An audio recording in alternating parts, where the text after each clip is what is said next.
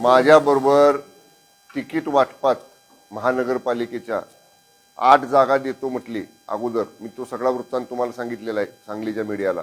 आणि 2 जागा देतो म्हटली शेवटच्या दिवशी. सॉरी म्हटली मला 2च्या वर मला देता येणार नाही. त्या डायलॉग नंतर आतापर्यंत मान्य चंद्रकांत दादांशी माझं कसलंही बोलणं नाही.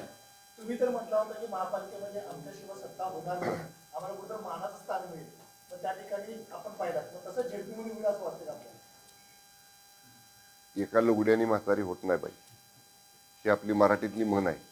ठीक आहे, महापालिकेला त्यांना वाटलं ते त्यांनी केलं आहे ना. आता जिल्हा परिषद आहेत, अनेक पंचायत समिती अशा आहेत की जिथं निर्णायक भूमिकेत शिवसेना आहे.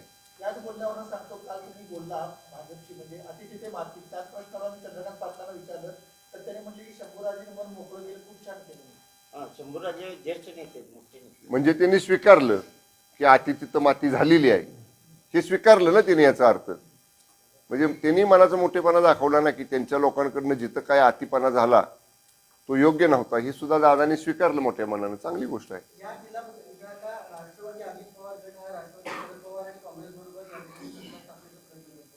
साताऱ्यात तुम्ही राष्ट्रवादी बरोबर अजित पवार पाटणमध्ये मी वन साइड आहे. पाटणमध्ये कोणी कोणाबरोबर एकच जागा आली भाजपची पंचायत समितीला नव्या नवसाची, बाकी काय नाही. तुमचं लुगडं घट्ट झालंय का? म्हणजे सांगलीत पण भाजपला तुमची गरज आहे आणि साताऱ्यात तर महागरज आहे. काय झालंय मी तुम्हाला सांगतो. आता सोयीस्कररित्या भारतीय जनता पक्ष हा त्यांची भूमिका ठरवत असतो. एकदा मागं ठरलं होतं महापालिकेच्या निवडणुकीत, नगरपालिकेच्या निवडणुकीत प्रयत्न करा स्थानिक नेत्यांनी, जिल्ह्यातल्या समजा जे पालकमंत्री आहेत, जे संपर्क मंत्री आहेत, त्यांनी महायुती करायचा प्रयत्न करा. पण समजा नाही झाली महायुती तर टोकाची भूमिका कुणी घेऊ नका, हे राज्य समन्वय समितीमध्ये ठरलेलं आहे. पण ते पाळलं गेलं, आमच्या बाजूनं पाळलं, समोरच्या बाजूनं पाळलं गेलं नाही. आणि मग आता जेव्हा सत्ता स्थापन करायची वेळ आली, आता बघा सुरुवातीला ते म्हणले महापालिकेच्या बाबतीत इथल्या की आम्ही शिवसेनेला बरोबर घेऊ. पण आता आमची 2 सदस्य संख्या, राष्ट्रवादीची आमच्यापेक्षा जास्त सदस्य संख्या, त्यांनी त्यांना जवळ केलं. म्हणून मी म्हणलं की एका लुगड्यानं कोण म्हातारं होत नाही.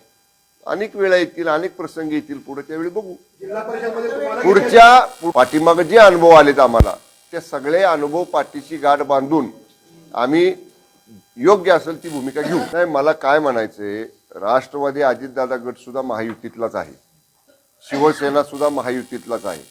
त्यामुळं आता कसं असतं, ज्यांची सदस्य संख्या जास्त त्यांच्या हातामध्ये सूत्र असतात की कुणाशी बरोबर घेऊन सरकार सत्ता स्थापन करायची, तो त्यांचा चॉईस आहे. त्यामुळं त्यांनी काय वाटलं, त्यांनी काय भूमिका घेतली, काय हरकत नाही आम्हाला त्याच्याबद्दल. राष्ट्रवादीला घेतलं तरी काय, ती सुद्धा महायुतीतला एक घटक पक्ष आहे. त्यामुळे त्याच्या बाबतीत आम्हाला काही दुःख व्हायचं कारण नाही. महापालिकेची गोष्ट वेगळी होती, जिल्हा परिषदेमध्ये तुम्हाला सत्ता होऊ शकत नाही, अशा वेळी भाजप अजून सुद्धा तुम्हाला गृहीत धरलं जात आहे. नाही, मी म्हणणार होतो मगाशी, पण मी आवरलं बोलायचं. आमची भूमिका ठरवणारे भारतीय जनता पक्ष कोण, ते आम्ही वेगवेगळे लढलो ना. आमच्या धनुष्यबाणाच्या विरोधात त्यांची कमळचे चिन्ह होतं, त्यांच्या कमळ चिन्हाच्या विरुद्ध आमचं धनुष्यबाणाचं चिन्ह होतं. आम्ही वेगळं लढलोय. आता वेगळं लढल्यानंतर सुद्धा गरज भासली की म्हणायचं नाही ते आमचेच आहेत, ते आमच्याबरोबर. अहो, आमची भूमिका ठरवणारे तुम्ही कोण? आम्ही आमची भूमिका ठरवू ना. आणि आमचे निर्णय मी मागे देखील आपल्याला सांगितलं, बघा, उभं राहणं, निवडून येणं आमच्या हातात आहे. निवडून आल्यावर काय भूमिका घ्यायची, सरकार स्थापन करायची, ही शिवसेनेमध्ये आदेश चालतो. तो आदेश आदरणीय एकनाथजी शिंदे साहेब देतील ना आम्हाला. म्हणून मी म्हणलं की माझी आजची सदस्यांच्या बरोबरची चर्चा उद्या किंवा परवा मी मुंबईला गेल्यावर माननीय शिंदे साहेबांच्या कानावर घालेन. सगळं भाजपकडे किती संख्या आहे, समोर किती संख्या आहे, आपण कशी निर्णायक आहोत, ही सगळं सूत्र हे माननीय शिंदे साहेबांच्या समोर मी आणि अनिल सुहास भैया साहेब आम्ही मांडू. साहेब सांगतील आम्हाला काय भूमिका घ्यायची ती. ते देत आहेत ना. वागणूक कोण देते? आम्ही देतोय का? आम्ही बघा भाषण करताना पण त्यांच्याबद्दल कधी वेडं वाकडं बोललेलो नाही. अर्वाच्य भाषा, अर्वाच्य शब्द किंवा असंसदीय शब्द बिलकुल आमच्याकडनं त्यांच्याबद्दल कधी काढला गेलेला नाही. त्यांनी काढला का नाही काढला मला माहित नाही, पण वागणूक देणं हा त्यांचा. आता तुम्ही पाहिलं आपल्या साताऱ्यामध्ये मी नगरपालिकेला महायुतीचा प्रयत्न केला, नाही जमलं. जिल्हा परिषदेला महायुतीचा प्रयत्न केला, नाही जमलं. काय अवस्था झाली आता?